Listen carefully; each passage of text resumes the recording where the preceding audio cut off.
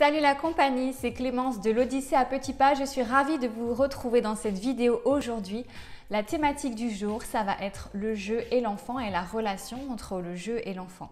Alors avant de pousser mon coup de gueule du jour, voici ce que vous allez trouver dans cette vidéo. Je vais vous présenter les 8 missions du jeu pour l'enfant ainsi que les 6 précautions à prendre pour une bonne relation entre le jeu et l'enfant. Ça se dit ça, une bonne relation entre le jeu et l'enfant? Oui, ils vont comprendre. Et en fin de vidéo, j'aimerais vous présenter un livre que je suis en train de lire en relation avec la thématique du jour, bien sûr. Ça n'est pas du tout une nouveauté, c'est un livre qui existe depuis fort longtemps, que j'avais commencé à lire il y a un moment et puis je n'étais pas allée au bout pour X raisons. Je l'ai repris là et c'est vraiment un livre bouleversant au sens vraiment le plus premier du terme, c'est-à-dire que ça remet en question beaucoup des croyances que l'on a en tant qu'adulte sur le fonctionnement de l'enfant et de l'enfance, sur sa relation au jeu justement et sur sa relation à l'éducation, à la façon dont on éduque les enfants au sens parental du terme, mais aussi au sens éducation nationale. Restez bien jusqu'au bout pour que je puisse vous parler de ce livre qui est vraiment un livre marquant sur la liberté et l'enfance. Mais revenons à notre coup de gueule. Alors mon coup de gueule va porter sur la thématique du jour, sur le jeu et l'enfance. Vous n'êtes pas sans savoir, même si vous regardez la vidéo dans plusieurs semaines ou plusieurs mois, que il y a comme une sorte de petit virus qui est venu bouleverser un petit peu notre vie à tous et qui nous contraint à inventer de nouvelles règles pour vivre ensemble, pour vivre en société. Parmi celles-là, nous avons donc le fait de couper le monde en deux entre la catégorie des choses qui sont essentielles et des choses qui sont non essentielles. Et c'est là que ça se gâte. Je suis allée faire quelques courses avec ma fille récemment. Je suis entrée dans une librairie, donc essentielle. Et dans cette librairie, il y a un étage consacré aux jeux et jouets, jeux de société, petits matériaux de bricolage, etc. Et quelle n'a pas été ma surprise lorsque j'ai découvert que les jeux et jouets étaient classés dans la catégorie des non essentiels. Alors vous allez dire, non mais Clémence, t'es trop sensible, mais moi, ça me fend le cœur. Je ne comprends pas, je suis fâchée, désappointée, désemparée, énervée, dépitée, déçue. Qui, quand, comment, pourquoi a-t-on considéré que les jeux et jouets des enfants étaient non essentiels ? Apparemment, c'est quelqu'un qui n'a jamais croisé un enfant. Ça doit être des personnes qui ne connaissent pas cette espèce à part. Ça doit être des gens qui ont une piètre opinion et une piètre connaissance de toute cette partie de l'humanité. Parce que les petits gugus comme ça qu'on appelle des enfants, ils sont nombreux quand même sur la planète. Et c'est pas parce qu'ils sont petits qu'ils n'ont pas d'envie ou de besoin. Vous voyez ce que je veux dire ? Moi, j'ai pas spécialement envie de faire une polémique sur le sujet, enfin, je sais pas, ça m'amuse pas. Mais là, quand même, c'est pas un petit peu dramatique ce qu'on renvoie aux enfants comme perception d'eux? Donc, je me promène avec ma fille dans les rayonnages et il faut que je lui explique que non, jouer n'est pas essentiel. Tout ce qui sert à l'enfant, tout ce qui occupe sa vie, tout ce qui est le centre, tout ce qui est l'essence même de l'enfance, n'est pas essentiel. Donc là, il y a comme un couac.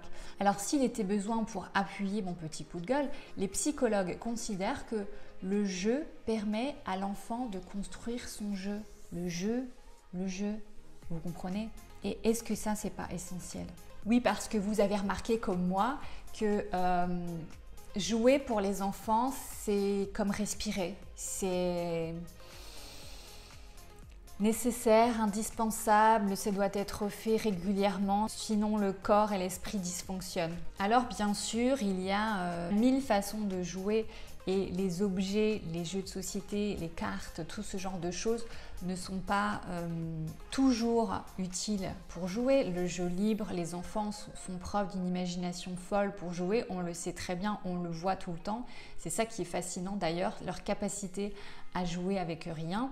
Alors en grand voyage, on a eu de longs mois pour observer ça, puisque les enfants avaient très peu de jeux et jouets dans leur valise. Ils ont passé des dizaines de minutes à jouer avec des cintres dans les hôtels. Ils ont joué un temps infini avec des objets qui n'étaient ni plus ni moins que des déchets, enfin des déchets vu de l'œil d'adulte bien sûr, mais de l'œil de l'enfant, c'était des trésors qu'ils avaient trouvés. Et puis bien sûr, les bâtons, tout ce qui vient de la nature est une source de création et d'imagination folle. Alors s'agissant maintenant des 8 missions du jeu pour l'enfant, ne vous inquiétez pas, ça ne va pas être très long, je sais que votre temps de parents est précieux. Je voulais vous rappeler que le jeu joue sur le développement de la sécurité affective de l'enfant, notamment dans sa relation avec l'adulte qui l'accompagne dans ses jeux, en jouant concrètement avec lui, en proposant ou en observant. En deuxième point, le jeu joue sur le développement de l'autonomie de l'enfant. L'enfant, en jouant, apprend à s'occuper seul ou à plusieurs s'il partage ses activités. Et ça, en tant que parents, ça nous intéresse beaucoup, n'est-ce pas? En troisième point, le jeu développe l'imagination et la créativité. Donc c'est pour ça qu'on aime diversifier les jeux et les jouets, les apports et les choses qu'on leur propose avec des figurines notamment, où ils s'inventent des histoires en fonction de leur degré d'acquisition du langage et où ils partent dans des créations super originales, moi qui me laisse pantoise. Le jeu va leur permettre aussi de développer leur confiance, notamment si vous imaginez des jeux d'encastrement où l'enfant va devoir donc proposer des formes, etc. et réussir in fine à faire rentrer les bonnes formes au bon endroit de façon à avoir satisfaction et à développer sa confiance en lui. En cinquième point, il y a tous les jeux qui concernent et qui vont aider au développement moteur et sensoriel. Ce peut être des tricycles, ce genre de petits véhicules qui vont les inciter à bouger, à se développer, à utiliser leur corps. Au niveau sensoriel, pour les tout petits, ça va être le principe de mettre à la bouche, de découvrir, de toucher. Le jeu développe l'intellect aussi par la résolution donc de problèmes en fonction des jeux qu'il rencontre. En sixième point, on peut parler du développement social puisque selon les jeux, notamment les jeux de société, il va devoir donc créer des liens avec les autres et apprendre à respecter les règles d'un jeu pour commencer et laisser la place à l'autre, prendre l'autre en considération. Et le dernier point que je voulais citer avec vous, c'était que le jeu favorise le développement du langage par l'acquisition de mots nouveaux, par la création, par l'imagination. Il va mettre en mots et ainsi développer sa base de vocabulaire. Par le jeu, donc, on voit bien que tous les sens de l'enfant sont en éveil et même plus. C'est une source de développement incroyable. C'est la source de développement de l'enfant. Le jeu est essentiel au cas où le message ne serait pas passé. Maintenant, on va voir brièvement donc les 6 précautions à prendre. J'ai failli dire les erreurs à éviter, mais bon, on va pas se mettre la rate au courbouillon pour que la relation entre le jeu et l'enfant crée quelque chose le plus constructif possible. Alors, au risque d'enfoncer des portes ouvertes, il faut bien veiller à ce que les jeux que l'on propose aux enfants soient adaptés à leur âge. On peut être tenté de prendre ce point à la légère en se disant que oui, c'est pas de son âge, il le fera plus tard, il le prendra plus tard quand il sentira que c'est de son âge. Mais l'idée là, c'est de ne pas mettre à disposition des jeux et jouets qui ne sont pas adaptés. Pourquoi? Parce qu'un enfant qui prend un jeu qui est trop complexe pour son état de développement, il va se mettre en difficulté et ça peut fragiliser sa confiance en constatant, alors je pense par exemple à un jeu d'emboîtement qui serait trop compliqué pour un tout petit, ça peut le déstabiliser, le frustrer et diffuser en lui la sensation d'être inadapté, incapable et donc limiter sa confiance en lui. L'idéal en ce qui concerne les installations, la façon dont c'est installé dans la maison, ce serait que les jeux soient disposés de façon libre et claire pour que l'enfant sache où aller. Et c'est lié au 3e point parce que plus il y a de jeux, plus c'est compliqué pour l'enfant. Alors c'est peut-être contre-intuitif parce qu'on a envie de leur laisser à disposition tout ce qu'ils ont et puis parce qu'on a tellement de réserves de jeux qu'on a envie que ça soit utilisé. Mais moins de jouets favorise le jeu. Moins il y a de jeux à disposition, plus l'enfant va savoir vers quel objet aller. Le risque d'avoir plein de jeux de boîtes à disposition partout, c'est que l'enfant se disperse et qu'il n'arrive pas à se concentrer sur un point. Donc il va prendre un jeu, il va le sortir, il va le vider, et puis ça va rien donner parce qu'il y en a tellement que ça le perturbe. Il va en prendre un autre, il va les déplacer mais il ne va pas jouer avec. Alors que s'il y a peu de jeux, par exemple sur une étagère, s'il y a 2 ou 3 jeux à disposition, son esprit, qui est quand même avec son cerveau immature et qui est encore en construction, son cerveau va avoir plus de facilité à se focaliser sur un des objets et à l'utiliser pour ce qu'il est. La quatrième précaution à prendre, ça serait de laisser les enfants choisir ce qu'ils ont envie de faire parce que ça participe justement au développement de leur autonomie. Si on est toujours en train de leur proposer « tiens, fais ci » depuis le plus jeune âge, « tiens, fais ci, joue avec ça », etc., ça donne comme sentiment, comme sensation à l'enfant qu'il n'est pas compétent et qu'il n'est pas en capacité de choisir. Donc ensuite, le risque, ça va être que l'enfant, plus tard, on va dire que c'est un enfant qui n'est pas capable de jouer tout seul, mais peut-être parce que, lorsqu'il était petit, il n'a pas eu l'occasion d'aller vers les jouets et d'attendre d'avoir une envie pour la mettre en pratique, et du coup, il n'a pas cette capacité à s'autonomiser. Le point qui découle de celui-ci, c'est l'accompagnement du parent ou de la personne qui s'en occupe. Bien sûr, je dis parent parce que c'est plus facile que de citer tous les gens qui s'occupent des enfants. L'idée de l'accompagnant, dirons-nous, c'est d'être présent, mais sans forcément, on vient de le dire, proposer à l'enfant. Il faut aussi que l'enfant il soit sa propre source de proposition, et on n'est pas forcément obligé de jouer avec tout le temps. Alors c'est ce que j'imagine, vous comme moi, on essaye de faire quand même régulièrement, d'avoir un temps de qualité et de jouer avec l'enfant.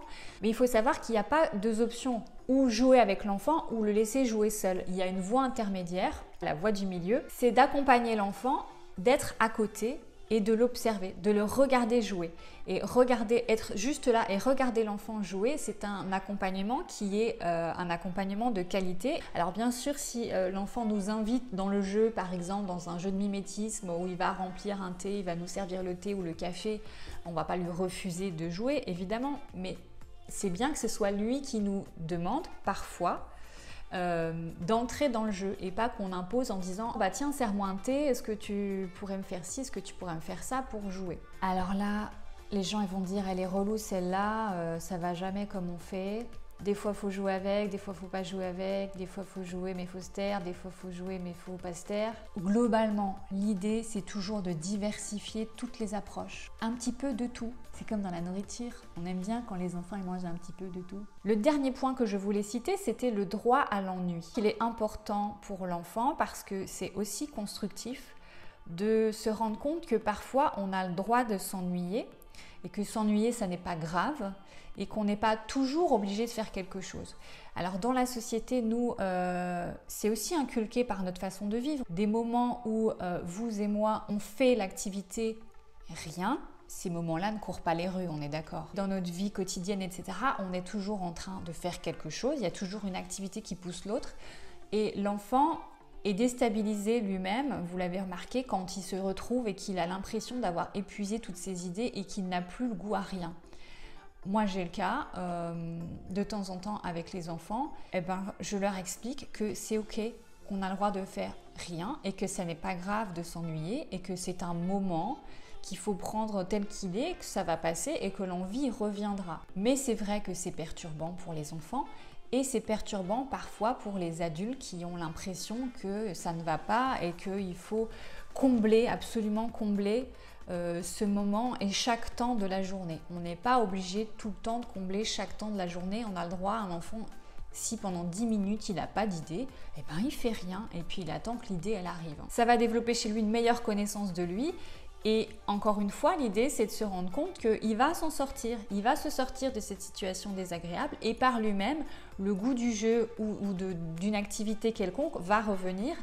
Et c'est pas l'adulte qui va absolument tout le temps venir à son secours. Et en ça développe la confiance et l'autonomie. Bon, voilà dans l'ensemble donc les 8 missions du jeu que je voulais vous présenter et les 6 précautions à prendre pour ne pas dire erreur à éviter parce que c'est vrai, c'est pas dramatique, c'est pas la fin du monde, on n'est pas parfait, on fait comme on peut.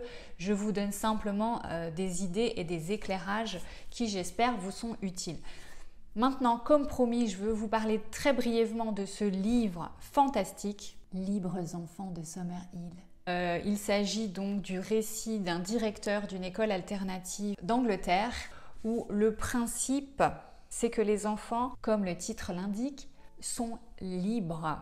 Ça veut dire quoi? Les enfants sont libres à l'école. Le directeur qui décrit donc ce concept et ses années de travail avec les enfants dresse le portrait de cette école et de l'impact que cela sur les enfants, de l'impact notamment du jeu, puisque les enfants qui ne sont pas décidés, qui ne veulent pas assister au cours pour des raisons X ou Y, grossièrement passent leur temps à jouer. Bref, je vous l'avais dit, c'est complètement bouleversant, c'est très intéressant. Alors même si a priori vous vous dites que bullshit, je vous incite d'autant plus à le lire. C'est fascinant. Voilà, je vous laisse là pour aujourd'hui. J'espère que cette vidéo vous aura plu.